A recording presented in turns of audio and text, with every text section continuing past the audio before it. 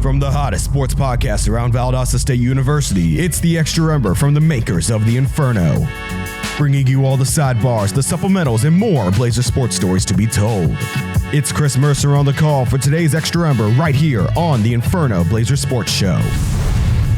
Ladies and gentlemen, welcome to the Extra Ember. I am the enforcer, Chris Mercer. Hope you are enjoying your day. Like, comment, subscribe, all that fun stuff. If you have enjoyed the content, 2 weeks ago, I got a chance to hang out with Victoria Ignacio for our Extra Ember. Hope you guys checked out that episode. But, oh man, we got a good one for you today. Joining me, sitting across from me, is not only one of my truest and funniest persons that I know of, but I nickname her the home run hitter, former VSU softball player, alum of Valdosta State University, class of 2023, one and only Taylor Lewis. Taylor. Hi. Hello. Welcome. We finally got her on the show, y'all. We finally got her on the show. Yes. How you doing today? I'm good. Yeah. Everything's all good. How are you doing? I'm good. I know we were the busiest woman that I know, so we gonna make sure to go straight into this. But you excited to be on the show with us today? I am excited. I've always wanted to get on the show, so this is an exciting opportunity. Yes. So y'all like this type of content, make sure you leave a like. There's somebody else that we'd love to have on. But without any further ado, let's get into it. So did a documentary a couple years ago and, talked about, how you came to Valdosta State, but how did you come to Valdosta State? So of course I played softball and, I ended up going to South Georgia my freshman year and I played a year. And then I ended up transferring to Middle Georgia. And then, after a semester, I was like, I want to go further. I want to go higher. When I was a freshman, I had already was talking to Coach Mercer, but some things just didn't work out. And I feel like that was God trying to align my life where it needed to be before I went. Mm-hmm. And so I finally was able to, I want to say when I was 21, so that was 2021. I was 20, so it was in January of 2021 whenever I was able to finally get on VSU. And ever since I got there, I have just been loving Valdosta ever since. I hate to leave. Just coming to Valdosta wasn't just for the softball part.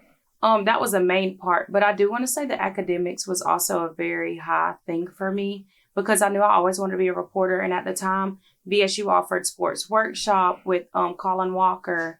And we had all these other professors that made it possible for us to get hands-on opportunities. And I was able to learn that through people who went through this program previous years before me, especially, I don't know if you know her, but Alicia Pryor, awesome woman. She taught me a whole lot of stuff about news and just how to get a story out there. So I do want to say softball was a big part of why I came because, I was able to come because I got asked to come. Yeah. But it was just like, I had asked, hey, can I play? And they were like, sure. So, yeah, that's how I got here. All right. So, call you the home run hitter because you hit a lot of home runs as your time at VSU. How many to be exact?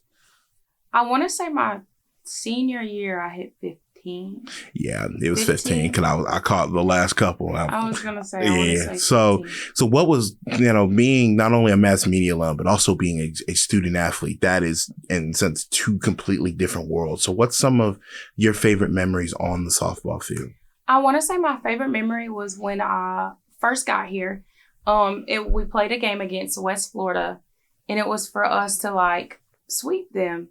And it was so important because we were towards the end of our season and we really needed these wins in order to go to the region championship and to go to nationals. This was the year we did all of those things. And I was in the box, and this is when I was strictly a DH hitter or a pitch hitter. Mm. So, it wasn't the first game we had won, and then the second game we were tied. I can't remember the score, but I remember sitting for 14 innings. So I was able to get in on the 7th inning of the second game. So I was like, well, I haven't swung a bat since warm-ups. Right. Me and my friend Katie, we're just chilling in the dugout talking like, oh, I wonder who he's going to put in.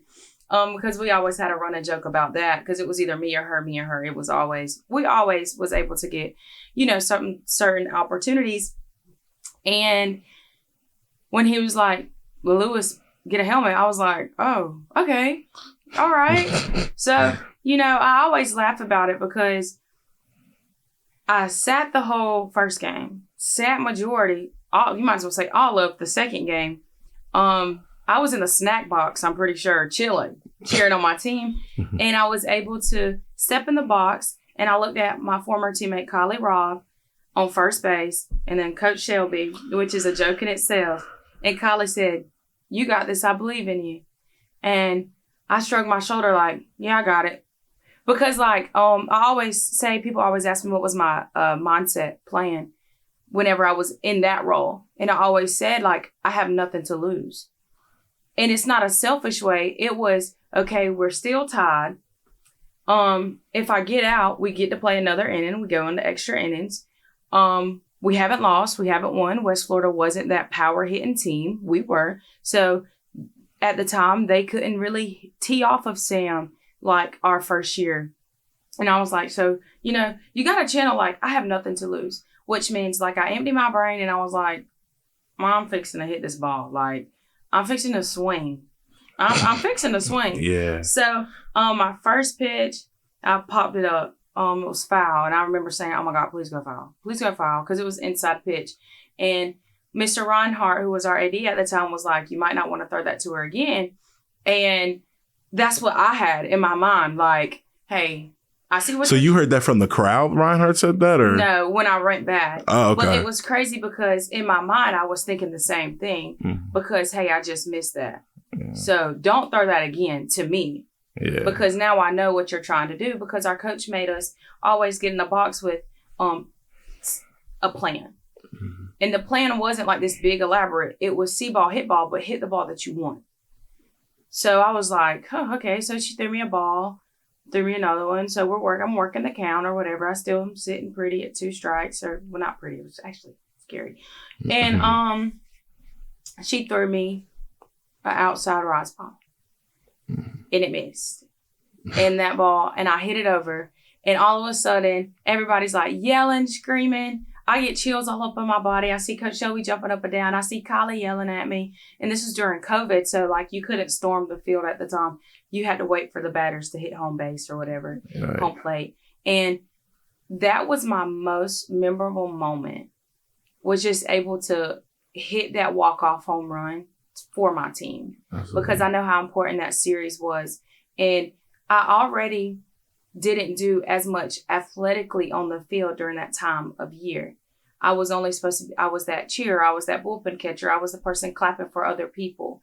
And I didn't mind that because that's a role you play. Because if you don't have team supporting you, if you don't have anybody supporting you, you really feel alone. So I was fine with that role as long as every time my number got called, I was ready. So I want to say that's what really that's my most memorable softball moment by far. So what's some things on the field that you always just take away from, as you've gone forward, especially as a student athlete? And what's something that you take encouragement that you've taken and things like that you kind of take with you as you've moved into the workforce? One, the mindset of just being great. Our coach pushed us all the time to be our best person. And whether it was hard or soft pushing, he pushed us. And at the time when it was hard, I would always complain I can't believe he's doing this. I can't believe. But I appreciate it now. And I appreciated it then because now I'm getting in the work field, in the workforce where, people are demanding things from me that I never expected to be demanded of. People are always why do you work so hard? Well, that's all I knew as a student athlete. Why are you going above and beyond as an intern? Because that's all I knew as a student athlete was to push the limits, exceed expectations. So I want to say that, and punctuality, showing up on time, how you carry yourself as an athlete. We couldn't just do whatever. We had to always be professional, even if somebody got rude with us. And also having a backbone. So I don't know, you've probably seen me play catching and third, especially at third. I just didn't let anybody run me over or talk to me any kind of way. I tell them hey, hold on now. And that's what I have to do now whenever it comes to standing up for what I believe in, standing up for myself, and why do I want this content on air? how am I going to pitch this to make it where I want? And so I feel like I get respect from my coworkers and my peers because of the established confidence and trust and punctuality and professionalism I learned in softball. Absolutely. So moving more into the media side, what were some of the classes that you take in here in this building that kind of resonate with you? And you had mentioned sports workshop before, so, and definitely weird as a student athlete as well. So it's kind of like a double bubble. So what was it like in terms of that transition of going from, okay, I'm in the field, I'm playing, to, you know, on the other side of it being the reporter side of it? And do you think it was difficult for you at first?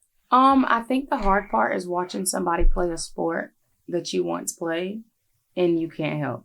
Right. And I think that being on the field and being behind the fence is two different things. And it was hard. It was a hard adjustment. I mean, I'm still struggling with adjusting in certain parts of trying to still help keep the game alive. But I want to say with like Sports Workshop, I was able to see what goes on behind the scenes. Behind the scenes is so important. Because as athletes, all we saw was our highlights and our replays in the game after watching film. But we didn't know what all went into it. Like what camera angles was important. How is the viewer going to see this? And I feel like that has helped me tremendously. I learned a lot with Sports Workshop. Yeah. I learned a lot with News Workshop. I learned a lot with Alicia Pryor, like I said. Professor Black. I miss Black. Like Professor Black, oh my gosh. Like the stuff that I edit now is strictly because what I learned from Professor Black and then my boss right now, Brittany Blake. Okay. I literally learned so much because I remember being in Professor Black class and then I'd forget that something's in the back of my shot and he's like, oh yeah, retake it. And I used to be like, are you really mad because there's a TV remote in the kitchen? And he's like, yes, actually, I am. Because if you're making cupcakes, why do I see a TV remote? And I never really realized like why it mattered until here I am now shooting my own content, but getting on air, getting these opportunities.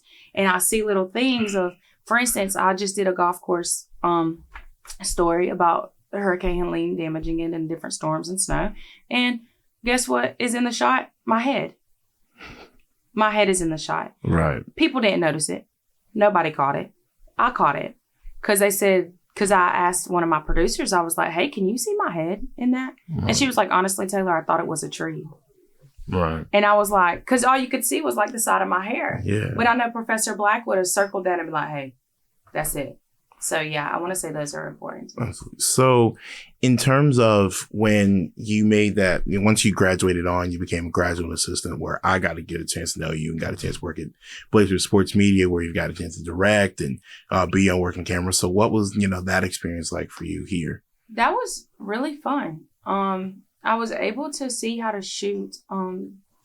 Jamie Abbott taught me so much when it came to cameras. Yeah. And I thank him for that because if it wasn't for the little bit of knowledge, well, not even a little bit, the lot of bit of knowledge I received in my year and a half, I wouldn't have known how to do things now. Mm-hmm. So we use kind of the similar cameras. So whenever they were trying to explain something to me, I was like, oh, I know how to do this. Got it. So now I'm able to tote my own equipment, my own tripod, my own this, do all these stuff, shoot my own shots and shows because I learned it from of how to white balance or what's a good shot, how to frame up a shot. Why do we want this person in the shot? What does it mean to the shot? Is it significant? And I want to say between that and having to talk to people, like for that job, I did have to talk to coaches sometimes and other GAs and the AD, the assistant director, like all different people of titles. And I had to learn how to break things down to them or talk to them in a professional manner or us solve issues. And that's what I'm doing now. So I will say, and even being able to know how to work with people because you work with so many people and everybody has different feelings, different beliefs, different way they communicate. And so I was able to experience all these different type of people while working in my job. So where we had this one shot person that worked with me and I used to get frustrated like, oh my gosh, I wish he would just talk. Like I'm asking him a question and all he's giving me one answer remarks like, come on. And now, hey, in my workforce, there is shy people where I have to like try to nudge it out of them. Like when I'm doing an interview, like, hey, like give me a little more, like make it personal. And so now I will say that's what I learned. Absolutely. So when, of course, you know, now working in the news for you and starting out in January, if I'm not mistaken. Mm-hmm. So what was initially, one, how were you able to look for these types of jobs? And two, what is something that you would say to mass media students, something like myself, that wanted to get into the newsroom and the news force, I should say? Okay.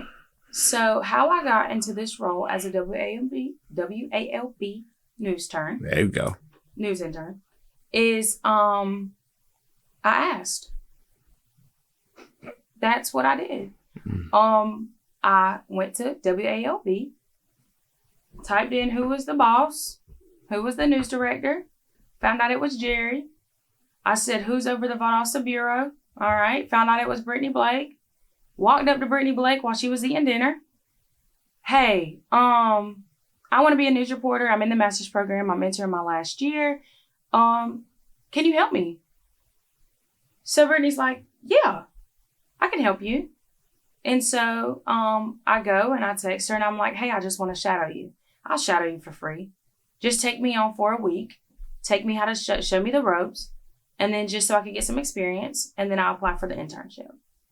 So what she did, she let me follow her. She taught me so much stuff in that week. Yeah. So much stuff. So much stuff was taught in that week. Yeah. And I emailed the boss on LinkedIn, messaged him. Yeah. Hey, my name is Taylor Lewis, and I want to shadow Brittany Blake, just a whole spiel. And I want to fulfill a role as an intern. I see that a position is available. And he messaged me back, hey, Taylor, send me your content, but unfortunately the news internship is filled up. I said, okay, I'm sending you my content now. Tell me what I need to work on as I shadow with Brittany. I'll fix the content. But, hey, I'm not taking no for an answer, so how about I just work for free? Right. And he was like, hey, I appreciate your passion. Let's stay in touch. Did my content with Brittany, threw me together a package, sent it to him. So during the time you were working with Brittany, what time of year was that? Was that sometime last semester? Yes, or was it? That was last semester. Okay. That was last semester. Okay. With me being a master's, I knew I wouldn't have been able to do classes and do this internship like I wanted. And I wasn't able to do an internship when I played softball. So yeah, I was starting to have what I felt like was behind, but really I was on time. Yeah. And so I'm messaging him and I said, hey, let me know when the spring internship job is posted. I'm applying. He's like, all right, I'll let you know. And so I want to say when spring rolled around, I want to say I messaged him on Thanksgiving. Happy Thanksgiving. Hope you have a great holiday. Don't forget to send me the job. Thank you so much, Taylor. Thank you for your passion. No, thank you for helping me. Boom. Christmas rolls around. Hey, don't forget to send me. When is the job going to be posted? Thank you so much for your interest. You are not bothering me because I said, I hope I'm not bothering you. He said, no, I appreciate this. I love somebody passionate about what they want to do. I said, I'm willing to do anything. I'll work for free. I'll intern, whatever. Just let me know. January rolls around. I get a message. Hey, Taylor, the job is posted. I need you to have everything completed. Sent it in. Boom. Got accepted to the job. Started in January. Went to Albany for my first few days. And sat in the office, and he said, I appreciate your passion. Because I don't take no. I wasn't taking no. Mm-hmm. My mind was set not to take no. It was either going to be, okay, he might not can't help me, but he's going to connect me to someone who can. Or he is going to hire me. Yeah. And I don't mean to say like he had no choice. No, he had a choice. But like I said, I always added, or point me into the direction of people who can help. And that's why I appreciate softball, because we didn't take no for an answer. You couldn't back us in a corner when I played for my years that I was there. All my teams, you weren't backing us in a corner. And that's what I felt like wasn't going to happen to me in the workplace. So what I did, I prayed and everything. And in less than a month, I was on air. Yeah. It's just awesome. But there's something I mean this truly, not just because you're here, but you're probably one of the most confident people that I know, period. Whether that be for softball, whether that be in mass, in there for a production. So I want to ask you, where does your confidence come from? Where does it start for you? And how do you, have that confidence, not only keeping it throughout, but also knowing the difference of confidence and like arrogance, if that makes sense? I want to say the confidence that I have came from my belief in God. That's where my confidence comes from, because in his word, we have so many promises of who we are as individuals and who we are and whose we are, meaning who am I? I'm Taylor. I'm a child of God. I am covered by his grace daily. And whose am I? Well, I'm God's child. And he's already said we're chosen, we're royal priesthood, we're covered. We have all these things, like even when we go through hard times, I always say like, soon it ain't going to be like that. Yeah. Because one day everything's going to change for your favor. So I try not to get tied into anything negative or anything that the enemy might tell me of, oh, you're not going to make it. You're not going to do this. You're not going to succeed, or, oh, you're down. All those aren't characteristics of God. Those are characteristics of the enemy, the devil, trying to persuade your mind into thinking you're not cut out for something. So I would never believe that, because I don't believe in getting denied. I believe in getting delayed. So I'm never denied anything. Right.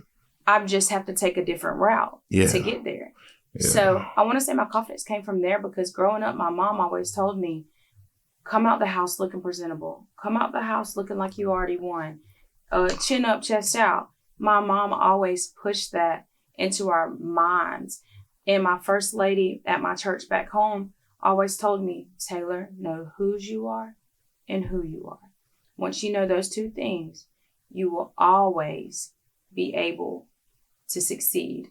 My pastor from the church I go to here literally just did a message on identity, of how important it is to know yourself. Because if you attach yourself to somebody else because their last name, you don't have to rely on somebody else if you have your own identity. Right. So you could walk in rooms that you may not feel fit for. You might not feel qualified, but when does God call qualified people?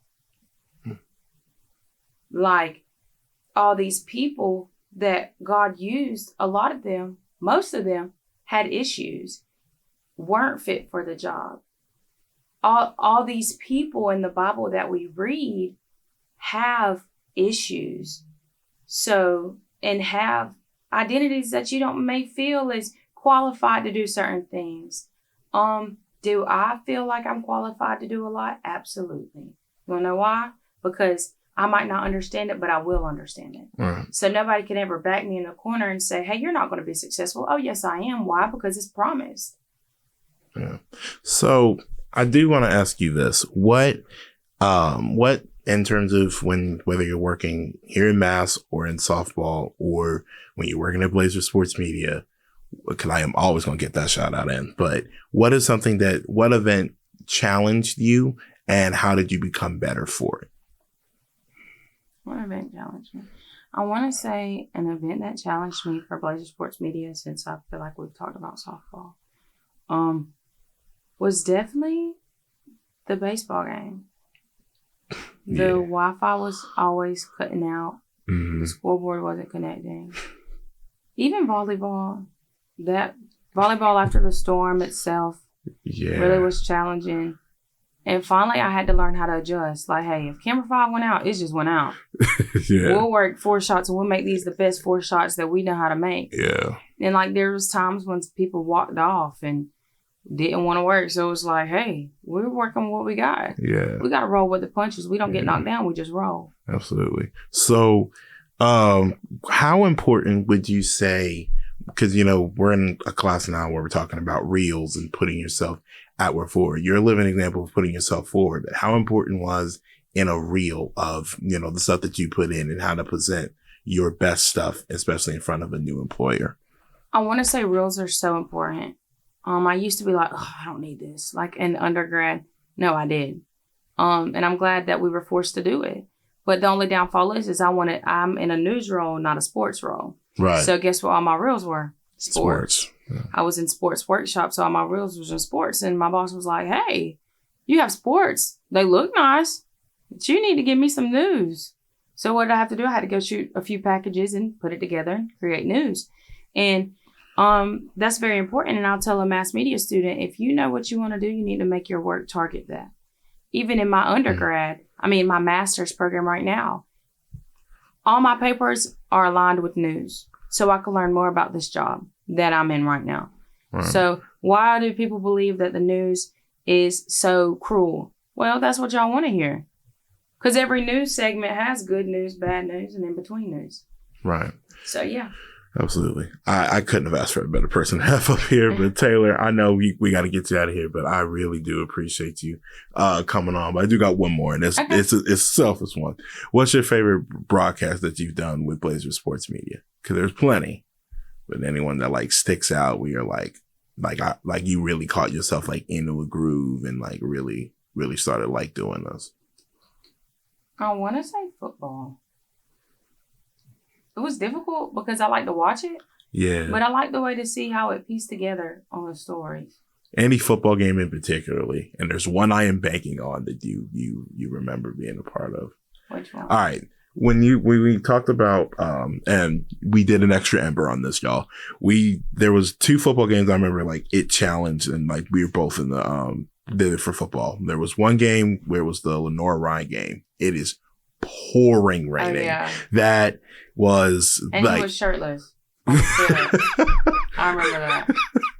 Yeah, so we had that game, but also like I don't know if you remember, but we the camera had cut out midway through the second quarter, and like we were trying to figure out like how we were keeping the live stream live and stuff like that. But in terms of another football game, like I remember we had done or I remember the volleyball game that we had we did the tournament, and it was like 3.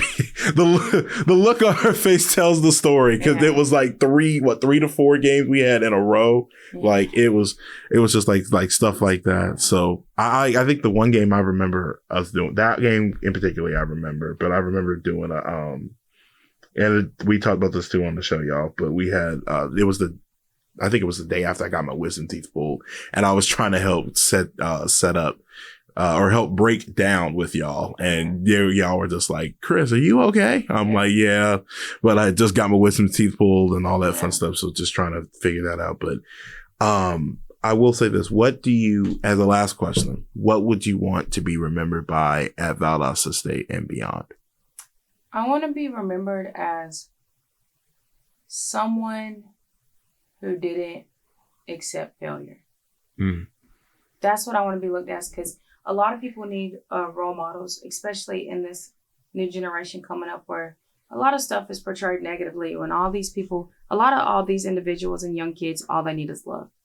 And I want people to know that my belief in God is what carried me.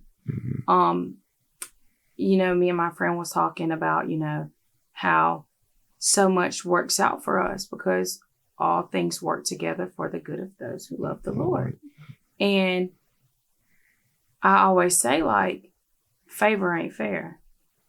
So, on your journey, you can't worry about who is jealous of you, whose insecurities bleed onto you. You can't worry about that. Yeah. All you can worry about is, hey, what am I doing? Yeah. So that's what I want to be remembered as, is she didn't accept failure because Christ. She knew who she was. Yeah. And I'm not saying you're not going to fail. You fail all the time. I played a game of failure where if I succeeded 3 out of the 10 times, I'm a great athlete in the box. I can hit. Yeah. If I succeed 4 out of the 10 times, I'm an All-American. Yeah. So it's not the failure that's the problem. It's failing to the failure.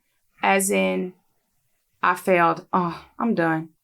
No, that's not how that works. Oh, I failed, but now I'm fixing to do it again and I'm fixing to go harder, or I'm about to change how I'm doing it. Because you can't expect the same result. It's insanity. So if I'm doing the same thing over and over and over and over again, over and over and over, right, it's insanity. Right. If I'm expecting a different outcome. Mm-hmm. So what I do when I fail, it's just like a game and an at-bat. All right. I always said you could get me out, but you will not get me out at the same time. So if I struck out the first at bat, you will not strike me out the second. I might ground out. I might pop up. Might hit a line drive. But you will not strike me out that second at bat. Mm-hmm. You won't get me out the same way twice because I adjust. And that's how you need to do in life. Right. Adjust. So a lot of times you would see in my at bats, if I strike out, I either get a hit or I pop up. Yeah. I might ground out, but it will be a different outcome, and that's what I want people to know. Absolutely. Taylor, I appreciate you coming on down this way. Thank you so much. Thank you so much for joining us. We appreciate you having us on. Catch us all next time, man. Peace. Thank you. Yes.